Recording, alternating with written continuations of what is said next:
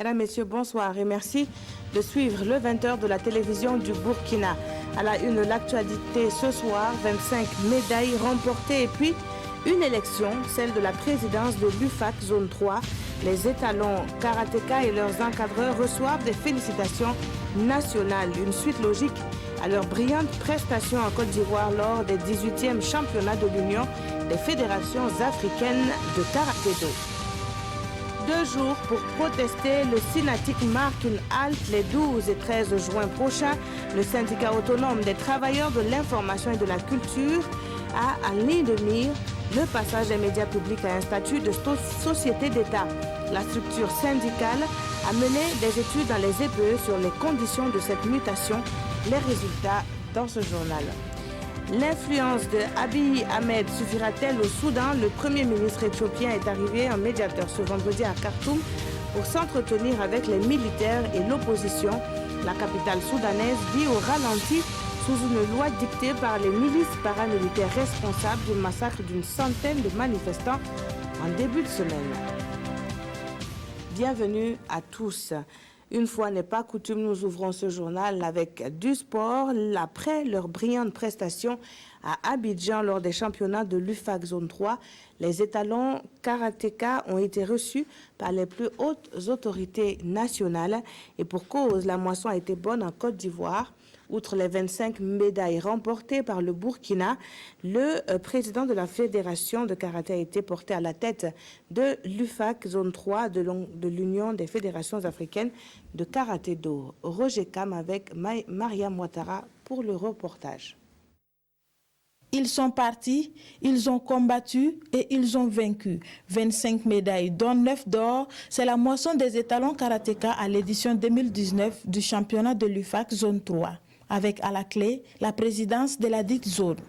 Après l'effort, vient naturellement la reconnaissance. Et pour ce faire, les nouveaux médaillés et le tout nouveau président de la zone 3 sont reçus par le président de l'Assemblée nationale, puis par le président du FASO. Remerciements et félicitations étaient à l'ordre du jour. On a eu l'immense honneur d'avoir une audience ce matin avec son Excellence le chef de l'État pour lui rendre compte de notre séjour ivoirien pour le championnat de la zone 3.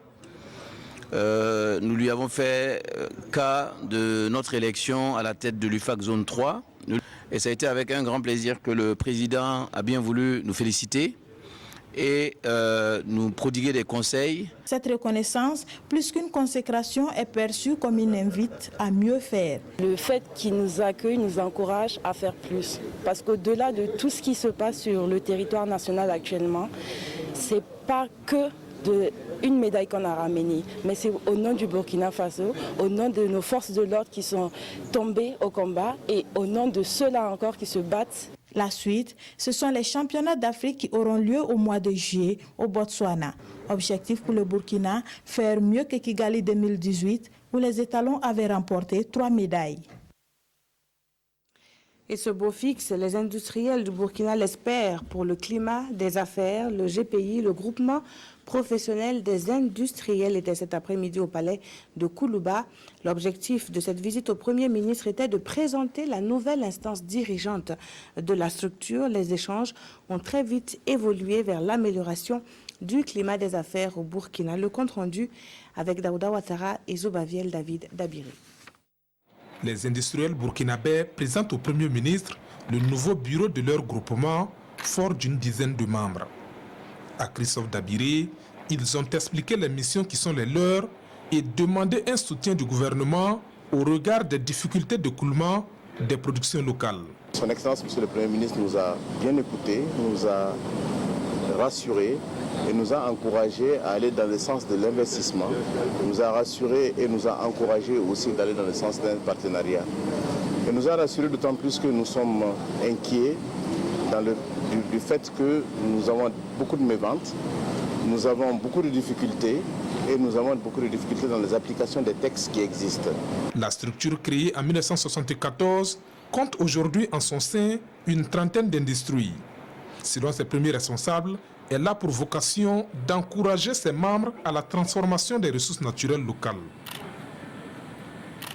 L'Institut supérieur de logistique de Ouagadougou livre sa dernière cuvée.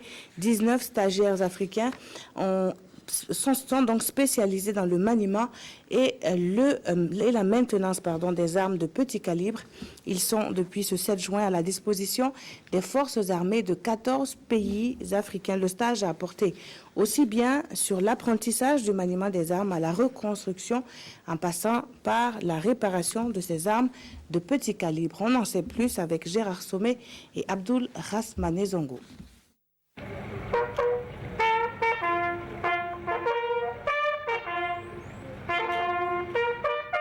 Le commandant du groupement central des armées, dans des pas harmonieusement cadencés, passe en revue la troupe avant de présider ce cérémonial sobre, mais qui n'en traduit pas moins son sens, son importance. La remise de diplôme de CT1 APC, certificat technique premier degré en armement petit calibre, au bénéfice de 19 apprenants venant de 14 pays d'Afrique.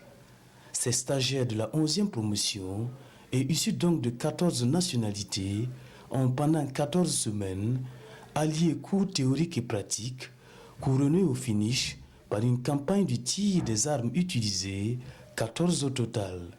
Il y a les petits calibres et les gros calibres. Mais ces stagiaires, c'est surtout les armes individuelles. Ils ont appris des démontages complexes, comment gérer un magasin et même la maintenance. C'est-à-dire qu'ils sont aujourd'hui à mesure de réparer certaines garnitures et certaines pièces mécaniques. Ces nouveaux diplômés sont désormais plus aguerris, selon le major burkinabé. On a appris beaucoup de choses, à savoir les études techniques de l'armement, les actes de maintenance, c'est-à-dire les actes de réparation des armes, c'est-à-dire le fait de diagnostiquer et de réparer les armes. Sur le terrain, on sera plus opérationnel. Le stage, avec le soutien de la coopération française, a été assuré à ISLO, Institut supérieur de logistique de Ouagadougou, une école nationale à dimension régionale. Ce même temps de formation a suffi aux élèves policiers formant la 49e promotion pour acquérir des notions solides en technique de sécurité et de maintien de l'ordre. Au bout de ces 3 mois de formation, les 978 stagiaires accèdent à la phase théorique type du corps de police qui, elle, va durer 15 mois. Retour sur la cérémonie de présentation au drapeau des élèves avec Issa Kafando et Olopoda. C'est une étape de franchie pour la 49e promotion de l'École nationale de police. Cette cérémonie de présentation au drapeau et de port de galon marque la fin de 3 mois de formation militaire initiale. Une formation qui a permis aux 978 stagiaires de se familiariser avec les techniques de défense, d'acquérir les réflexes attendus du policier et de renforcer aussi leurs connaissances sur l'instruction civique. Il s'agit d'une formation civique et militaire. Qui parle de formation civique, c'est leur montrer vraiment le comportement d'un homme de tenue, le respect dû donc à la hiérarchie, aux autorités du pays et même à tout le peuple burkinabé. Le cadre du recrutement des effectifs, le cadre de la formation des éléments, et tout ça, ça participe en tout cas au renfort, en tout cas la lutte contre les menaces sécuritaires. Aptes à porter leur passant d'élèves sous-officiers de police nationale et d'agents de police municipale, ces nouveaux élèves de l'École nationale de police ont gratifié l'assistance du traditionnel défilé avec à l'esprit qu'une autre étape reste à franchir, celle de la formation pédagogique qui va durer environ 15 mois. À présent, cette rencontre organisée par le ministère en charge de la communication, elle a intéressé les agents de la radiodiffusion télévision du Burkina et ceux des éditions Sidoya. À l'ordre du jour, les études techniques menées pour faire basculer ces EPE dans le statut de société d'État. L'un des résultats rejetés par les travailleurs est la compression du personnel, notamment de la RTB, pour plus de rentabilité. Les détails avec Konsoun Koulibaly et Oumar Zombri. Cette rencontre voulue par le ministère de la Communication a pour objectif de mettre les travailleurs de la RTB et de Sidoya au diapason de l'évolution des dossiers de leur structure pour le passage en société d'État. Les études techniques sont déjà bouclées. 3 options ont été dégagées par les cabinets d'études parmi lesquels la compression du personnel de la RTB. Un personnel qui pourrait passer de 795 à 426. Selon la secrétaire générale du ministère de la Communication, en cas de refus de cette option, les cabinets d'études proposent une alternative, à savoir un statut dérogatoire avec des avantages intéressants pour le personnel. Un personnel qui s'impatiente quant à l'amélioration de ses conditions de vie et de travail. On a fait 2 pas en avant et 3 en arrière, parce qu'aujourd'hui on se retrouve à la situation de quasiment 2015-2016, où nous étions à avoir une plateforme revendicative et que nous proposions en tout cas une sortie de crise avec un statut autonome. Et on nous a proposé une société d'État, mais à cette date, on vient nous dire que la société d'État n'est quasiment pas faisable à l'état où en tout cas les travailleurs le veulent. On veut nous proposer autre chose qui n'arrive absolument pas que l'ensemble des travailleurs. Hortense Zida rassure que le dialogue avec les travailleurs de la RTB et des Sidoya n'est pas rompu. Un conseil de cabinet sera bientôt organisé par le chef du gouvernement avec tous les acteurs afin d'envisager la meilleure option pour le passage de la RTB et des Sidoya en société d'État. Et au cours d'une conférence de presse, le SYNATIC revient sur l'urgence de cette mutation des médias publics vers les sociétés d'État. Le syndicat décrète à cet effet 2 journées de protestation les 12 et 13 juin prochains. Le compte-rendu cette fois est de Nongba Kouda avec Oumou Sissé. Mauvaise foi ou encore fuite en avant du gouvernement sur la question de la transformation des médias publics en société d'État, c'est le sentiment des premiers responsables du syndicat autonome des travailleurs de l'information et de la culture SYNATIC. Ils fustigent ici la communication orale du Conseil des ministres du 29 mai dernier, invitant les acteurs à approfondir la réflexion pour une transformation réussie. Cette communication intervient après une étude menée et des options proposées. Le gouvernement devait adopter une option et maintenant on en débat. Là-bas, on est parti en divers, en communication orale, présenter le problème et mettre l'accent sur le personnel. Qu'est-ce que le cabinet a dit?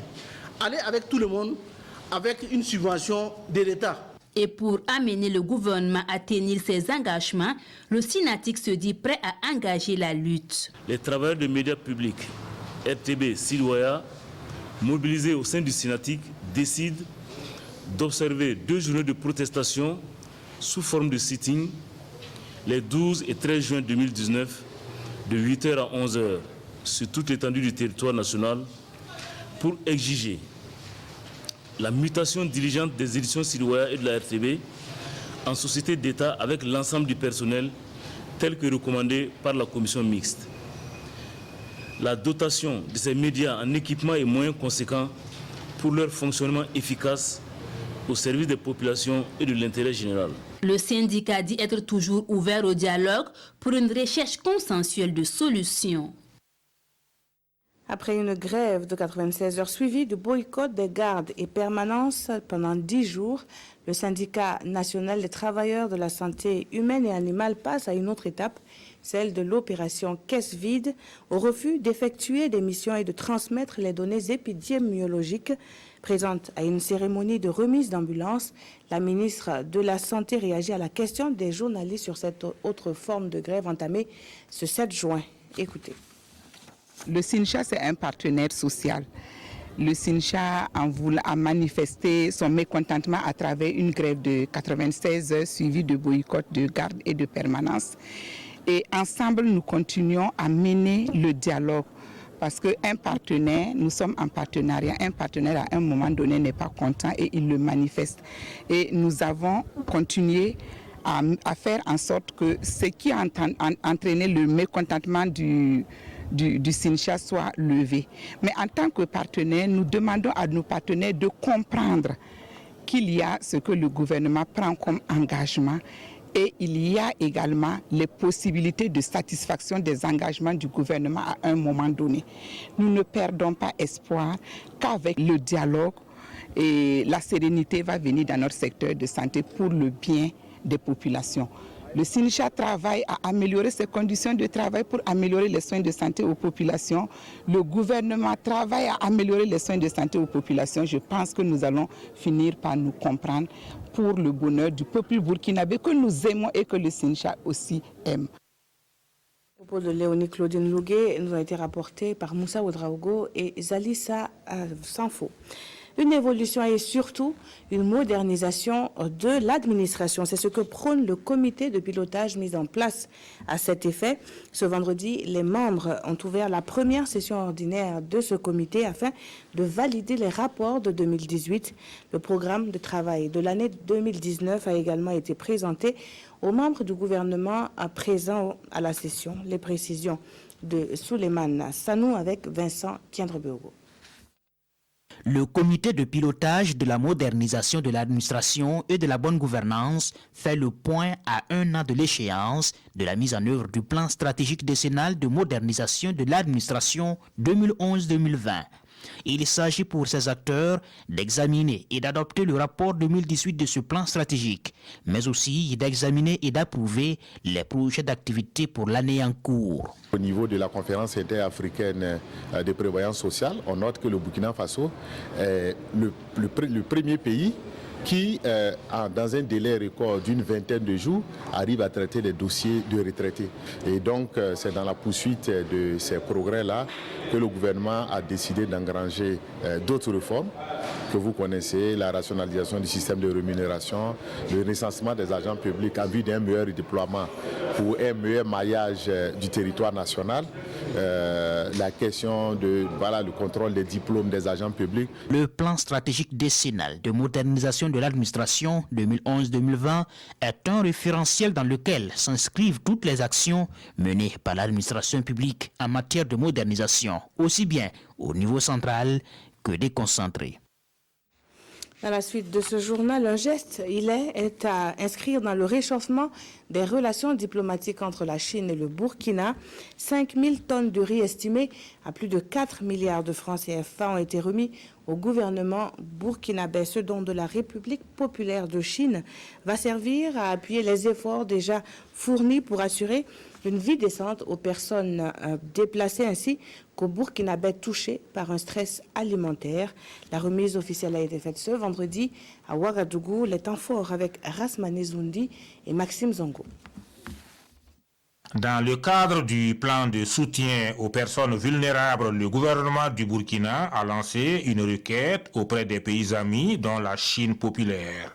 C'est en réaction à cette demande que la Chine met à la disposition de notre pays 5000 tonnes de riz, objet de réception officielle ce vendredi. La Chine a, par ce geste, contribué à la mise en œuvre du plan de réponse en soutien aux personnes vulnérables qui a été lancé par le gouvernement.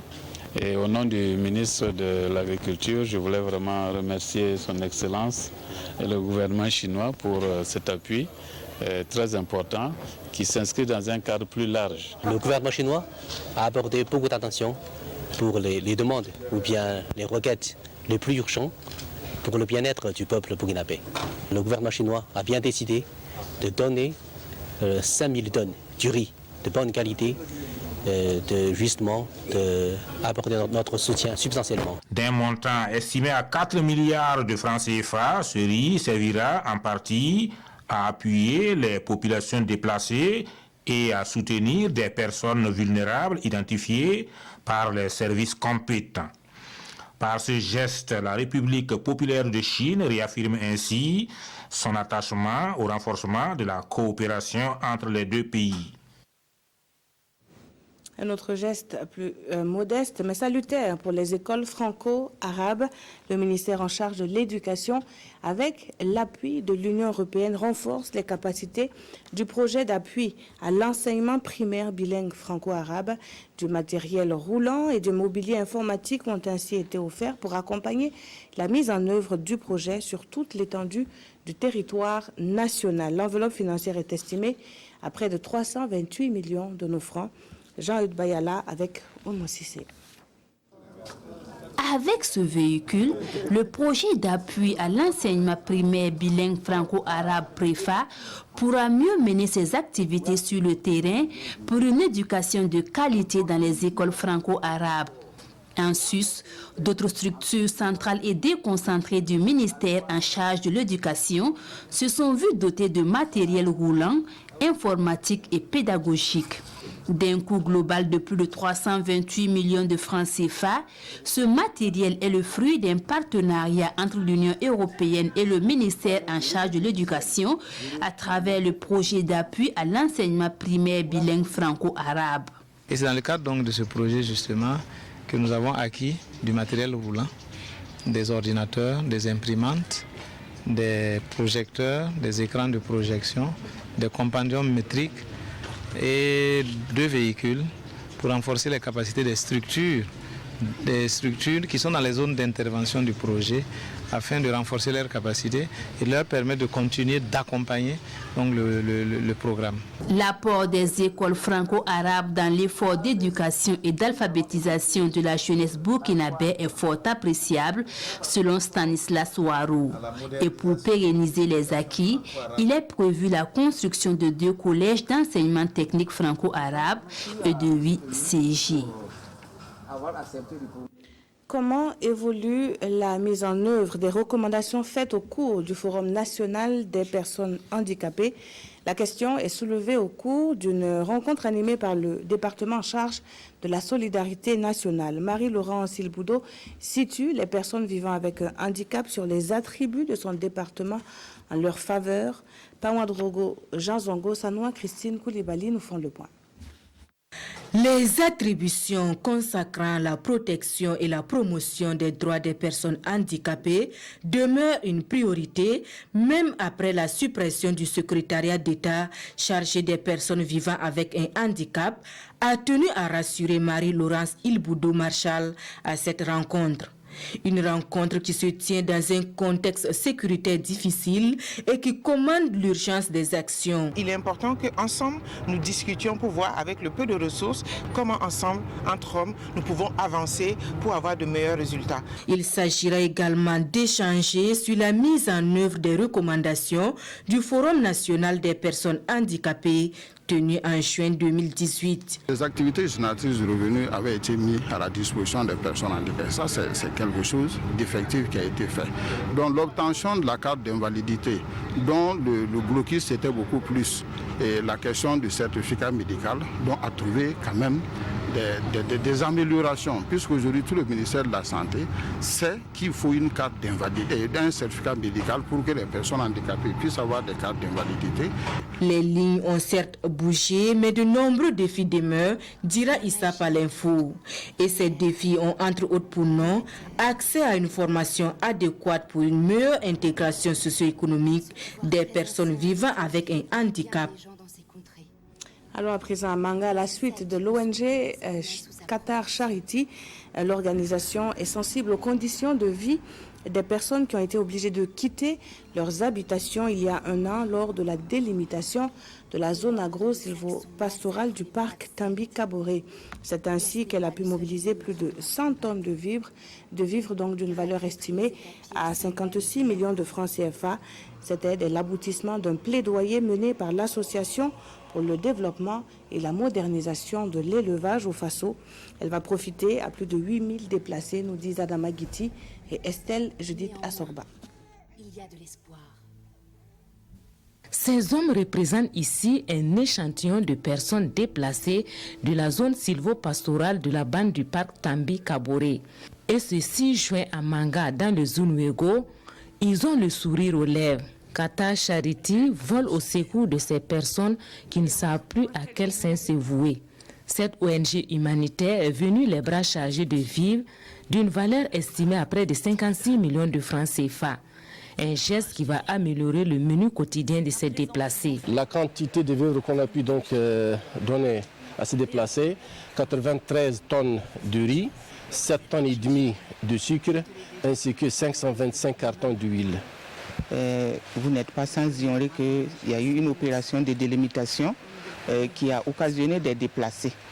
Et ce sont ces déplacés-là aujourd'hui qui sont bénéficiaires de ces vivres apportés par le Qatar Charité. Ces déplacés viennent des villages de Kombousgou, Kogo, Giba et Nobéré. L'université Norbert Zongo a un nouveau président, le professeur Frédéric Ouattara, nommé le 22 mai dernier en Conseil des ministres, est désormais installé dans ses fonctions. Le géophysicien s'est engagé à travailler ensemble avec la communauté universitaire pour réaliser de nouvelles performances à Koudougou. Gérard Sommet et Vincent Kiandre-Beogo nous le présentent. Professeur Frédéric Ouattara, nouveau président de l'université Norbert Zongo de Koudougou. Installé ce jeudi dans ses fonctions, il succède à Nicolas Barou à la tête de ce temple de savoir. Et avec toute la communauté universitaire, le nouveau président s'engage à réaliser de nouvelles performances. Je vais m'attarder premièrement sur les retards académiques pour essayer de normaliser l'année académique.